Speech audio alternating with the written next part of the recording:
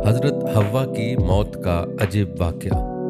हज़रत आदम अलैहिस्सलाम की वफ़ात के ठीक 1 साल बाद हज़रत हव्वा अलैहिस्सलाम बीमार हो गईं तो आप अलैहिस्सलाम के बेटे हज़रत शैस अलैहिस्सलाम ने अपने तमाम बहन भाइयों को इकट्ठा किया और फरमाया कि हमारी माँ का भी हमारे बाप की तरह जिस्म बेजान होने लगा है।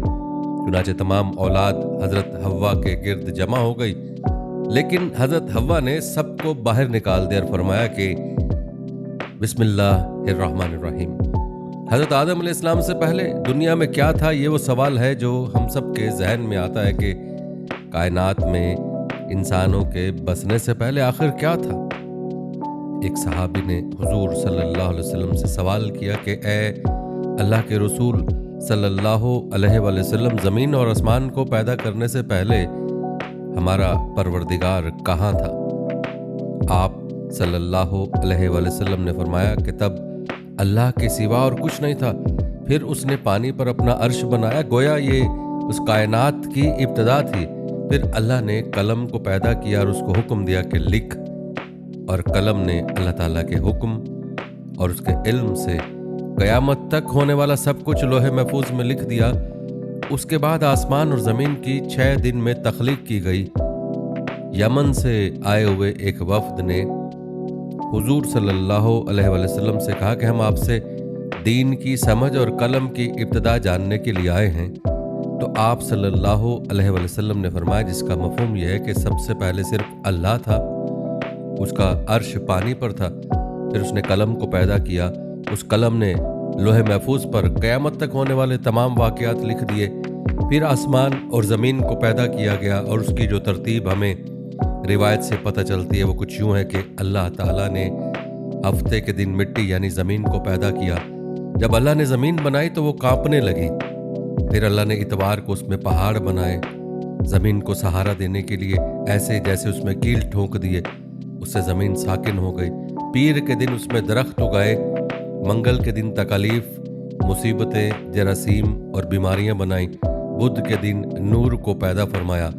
जुमे रात को ज़मीन में चौपाए बनाए और उन्हें ज़मीन पर फैला दिया। और फिर जुमे के दिन की आखिरी घड़ियों में यानी असर के बाद हज़रत आदम अलैहिस्सलाम को पैदा फरमाया गया।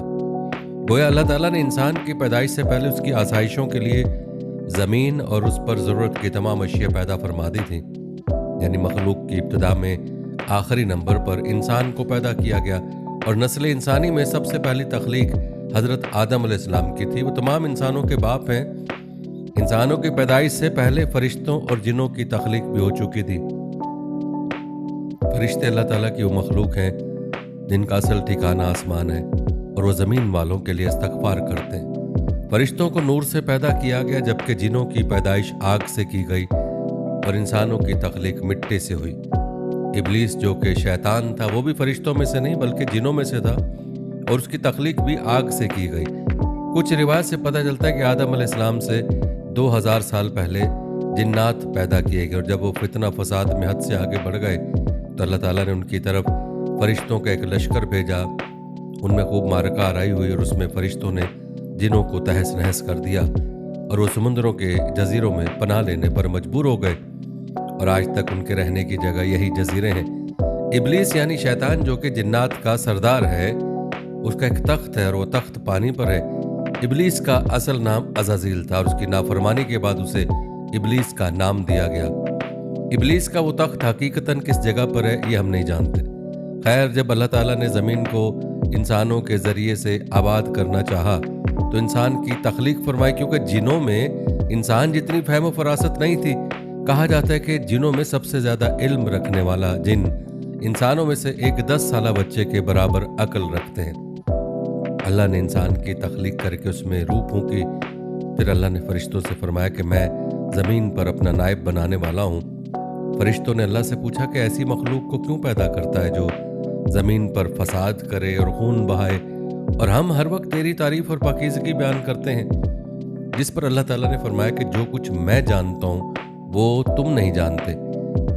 फरिश्तों के सवाल के 2 मकासद थे। पहला ये कि क्या ये भी जिनों की तरह ज़मीन पर फसाद करेंगे, और दूसरा ये कि क्या हमसे तेरी इबादत में कोई कोताही हुई है। बहरहाल जब अल्लाह ताला ने حضرت آدم علیہ السلام کو پیدا کیا تو زمین سے مٹی لانے کا حکم دیا. پھر اللہ کے پاس اس کے حکم کے مطابق مٹی لائی گئی. مٹی اللہ تعالیٰ نے پوری زمین سے اٹھوائی تھی. یہی وجہ کہ حضرت آدم علیہ السلام کی اولاد زمین کے رنگ کے مطابق ہی ظاہر ہوئی. بعض سرخ، بعض سفید، بعض سیاہ اور بعض اس کے درمیان. اس مٹی کو پانی سے تر کیا گیا تو یہ 3 بن گئی. قرآن مجید میں بعض جگہ انسان کی تخلیق کے لیے تراب کا لفظ ہے، یعنی کہ خشک مٹی، اور بعض دفعہ 3 کا لفظ ہے جو کہ بھیگی ہوئی یا تر مٹی کو کہتے ہیں. جب پانی کو مٹی سے بھگویا گیا تو وہ لیس دار ہونا شروع ہو گئی. پھر اللہ تعالیٰ نے خود اپنے مبارک ہاتھوں سے اس مٹی سے انسان کا ڈھانچہ تیار فرمایا. اللہ تعالیٰ نے انسان کی تخلیق فرشتوں کے سپرد نہیں کی، بلکہ انسان کو خود ایک مورتی کی صورت میں ڈالا. اس کے بعد ایک مقررہ مدت تک اس کو چھوڑے رکھا، یہاں تک کہ وہ گیلی مٹی خشک ہو گئی اور اس کا رنگ سیاہ ہو گیا اور اس میں سے بدبو آنے لگی. پھر وہ خشک ہو گئی، کھنکھناتی مٹی بن گئی اور آخر میں آگ پر پکی ہوئی مٹی کی صورت اختیار کر گئی، جسے قرآن پاک میں فخار کہا گیا. اس مٹی کے لیے اور بھی کچھ الفاظ قرآن مجید میں ملتے ہیں، مثلاً ہمایون یعنی سیاہ مٹی، مسنون یعنی بدبودار مٹی، سخل سخال یعنی کھنکھنا کر بولنے والی مٹی. تخلیق آدم اللہ تعالیٰ کا ایک کرشمہ ہے. انسانوں کو ایک بہترین شکل عطا کی گئی. اس وقت انسان کا قد بہت لمبا تھا اور ان کے بعد آنے والے لوگوں کے قد گھٹتے چلے گئے. انسانوں میں سب سے لمبا قد حضرت آدم علیہ السلام کا تھا.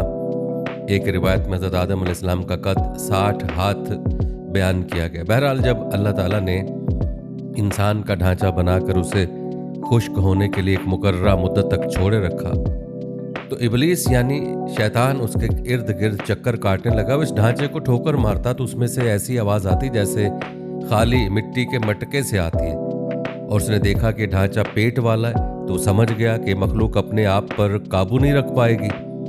حضرت آدم علیہ السلام میں روح ڈالنے سے پہلے فرشتوں کا گزر اس ڈھانچے کے پاس سے ہوا تو وہ گھبرا گئے، اور ابلیس بھی ڈھانچے کے آس پاس سے گزرتا تو ٹھوکر مار کر کہتا کہ تجھے کسی خاص مقصد کے لیے پیدا کیا گیا. یہ کہہ کر وہ اس کے منہ کے راستے میں داخل ہو جاتا اور کمر کے راستے باہر آ جاتا. اور پھر اس نے فرشتوں سے کہا کہ اس سے گھبرانے کی کوئی ضرورت نہیں ہے. اگر مجھے اس پر مسلط کیا گیا تو میں اسے ہلاکت میں ڈال دوں گا، اور اگر اسے مجھ پر مسلط کیا گیا تو میں یقیناً اس کی نافرمانی کروں گا. یعنی ابھی حضرت آدم علیہ السلام میں اللہ تعالیٰ نے روح نہیں پھونکی تھی، تب سے ابلیس کے انسان سے عداوت اور دشمنی واضح تھی. پھر اللہ تعالیٰ نے حضرت آدم علیہ السلام میں اپنی روح پھونکی. جیسے روح مجسمے میں سر کی طرف سے داخل کی گئی تو حضرت آدم علیہ السلام کو چھینک آ گئی. حضرت آدم علیہ السلام سے کہا کہ الحمدللہ کہیے. انہوں نے کہہ دیا. اللہ تعالیٰ کی اس تعریف کے جواب میں اللہ تعالیٰ نے فرمایا کہ تجھ پر تیرا رب رحم فرمائے. جب روح ان کی آنکھوں میں داخل ہوئی اور ان کی آنکھوں نے جنت کے پھلوں کو دیکھا تو غور و فکر کرنے لگے. پھر روح پیٹ میں داخل ہوئی تو کھانے کی طلب ہوئی، یعنی روح ابھی ٹانگوں تک نہیں پہنچی تھی اور کھانے کی خواہش محسوس ہونے لگی. جب حضرت آدم علیہ السلام میں روح پھونک دی گئی تو اللہ تعالیٰ نے ان کی پشت مبارک پر ہاتھ پھیرا، جس سے قیامت تک کی آنے والی تمام انسان باہر آ گئے. حضرت آدم علیہ السلام کی تمام اولاد ان کے سامنے ظاہر ہو گئی. یہ بات قرآن اور حدیث سے بھی واضح ہے. پھر اللہ نے اولاد آدم سے انہی کے بارے میں اقرار لیا کہ کیا میں تمہارا رب نہیں؟ تو تمام انسانوں نے جواب دیا کہ ہم اقرار کرتے ہیں کہ تو ہی ہمارا رب ہے. اللہ تعالیٰ نے حضرت آدم علیہ السلام میں اپنی روح پھونک کر فرشتوں اور جنوں سے انسان کو سجدہ کرنے کا حکم دیا. ابلیس کے علاوہ سب نے حضرت آدم علیہ السلام کو سجدہ کیا. اللہ تعالیٰ نے ابلیس سے پوچھا کہ تجھے کس چیز نے سجدے سے روک دیا؟ تو اس نے جواب دیا کہ تو نے مجھے آگ سے پیدا کیا ہے اور اسے مٹی سے، گویا میں اس سے بہتر ہوں. اللہ تعالیٰ نے اس کی سرکشی پر اسے سزا دیتے ہوئے فرمایا اس جنت سے اتر جا، تجھے کوئی حق حاصل نہیں جنت میں رہ کر تو تکبر کرے.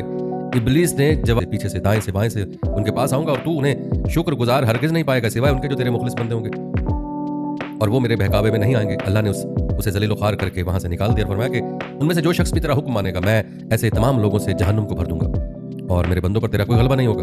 اس طرح ہی واضح ہوا کہ سب سے پہلا گناہ تکبر تھا. اسی لیے علماء کرام کے مطابق تمام گناہوں کی جڑ تکبر ہے.